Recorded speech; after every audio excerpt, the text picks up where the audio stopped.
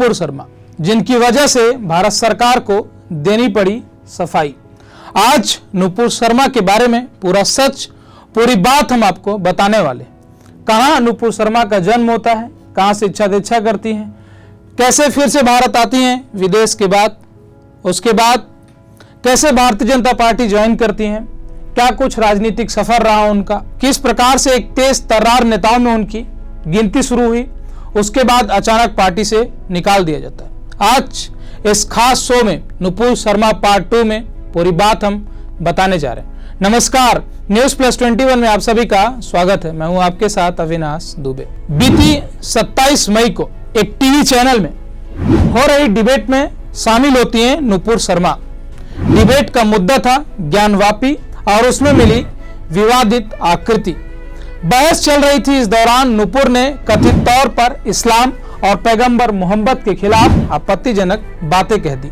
उनकी बयानबाजी के वीडियो सोशल मीडिया पर वायरल हुए।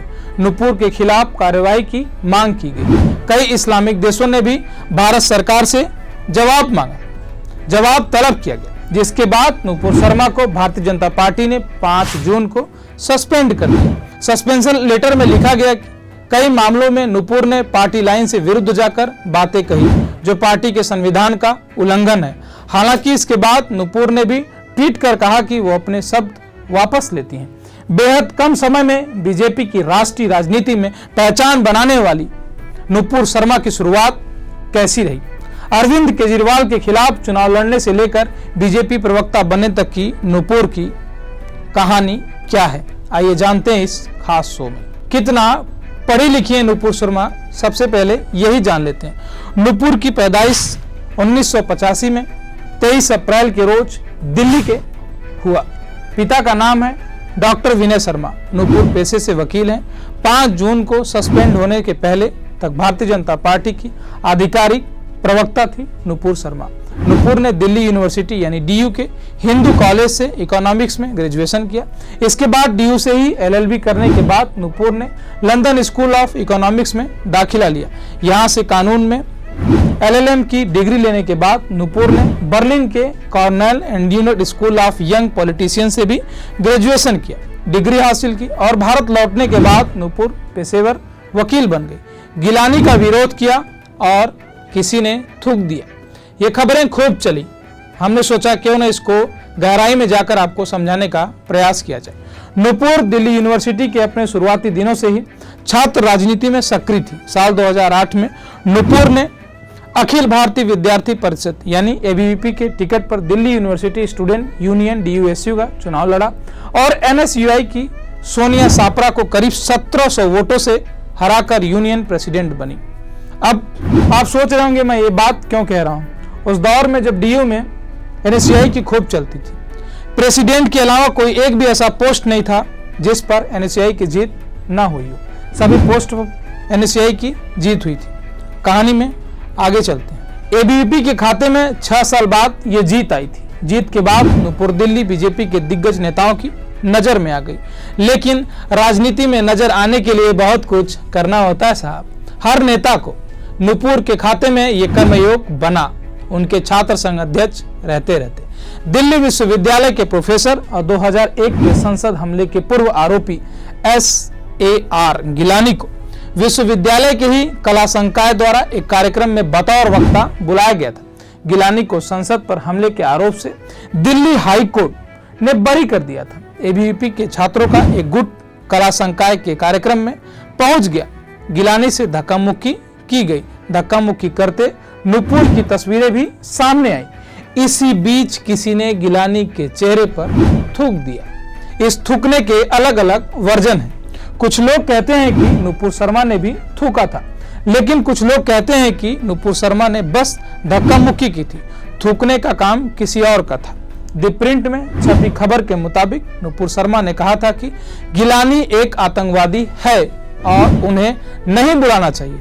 आगे उन्होंने कहा कि गिलानी पर थूकने वाला व्यक्ति एबीवीपी का सदस्य नहीं था, लेकिन आगे उन्होंने फिर कहा पूरे देश को गिलानी के ऊपर थूकना चाहिए। कहते हैं कि इस घटना से नुपुर शर्मा की राजनीति साख और पक्की हो गई।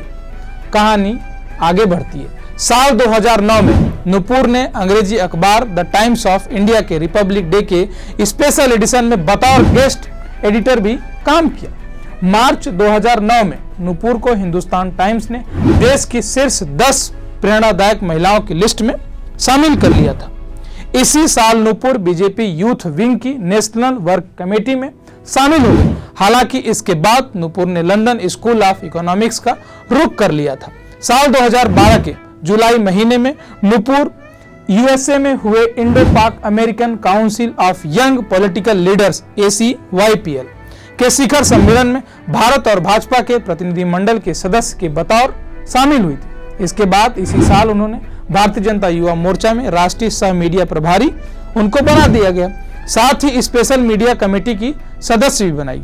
इसके बाद साल आता है 2013 दिल्ली विधानसभा चुनाव और साल 2014 के आम चुनाव में नुपुर खासी तौर पर सक्रिय रही और साल 2015 में नुपुर शर्मा ने आम आदमी पार्टी के संयोजक और दिल्ली के वर्तमान सीएम अरविंद केजरीवाल के खिलाफ हाई प्रोफाइल नई दिल्ली विधानसभा क्षेत्र से 2015 का दिल्ली विधानसभा चुनाव लड़ा। हालांकि नुपुर को केजरीवाल से 31,000 से ज्यादा वोटों से हार मिली, लेकिन इसी चुनाव परिणाम में इसी बात के साथ उन्हें संतोष करना पड़ा कि उन्हें कांग्रेस की दिग्गज नेता किरण वालिया से कहीं ज्यादा वोट मिले थे। इस चुनाव के बाद नुपुर खासी चर्चा में आ गई। अपनी भाषण शैली के लिए जानी जाती थी। 2017 में जब दिल्ली में मनोज तिवारी बीजेपी के प्रदेश अध्यक्ष थे, तब नुपुर को दिल्ली प्रदेश प्रवक्ता बना दिया गया। इसी साल नुपुर शर्मा को गलत फोटो ट्वीट करने के चलते भयंकर आलोचनाओं का सामना भी करना पड़ा। उन्होंने गुजरात दंगों की साल 2002 की एक तस्वीर को बंगाल का बताकर ट्वीट कर दिया था। कोलकाता पुलिस ने केस दर्ज कर लिया था। इसके बाद सितंबर 2020 में नुपुर को बीजेपी के राष्ट्रीय अध्यक्ष जेपी नड्डा की टीम में राष्ट्रीय प्रवक्ता का पद दे दिया गया।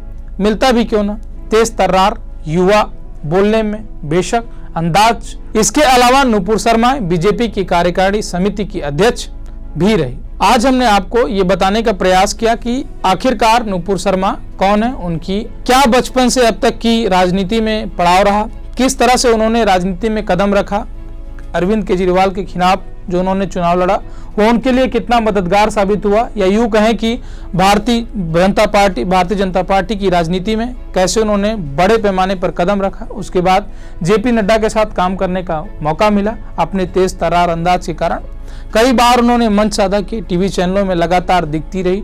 लोग नुपुर शर्मा के नाम से जानने लगे। बहुत बहुत शुक्रिया।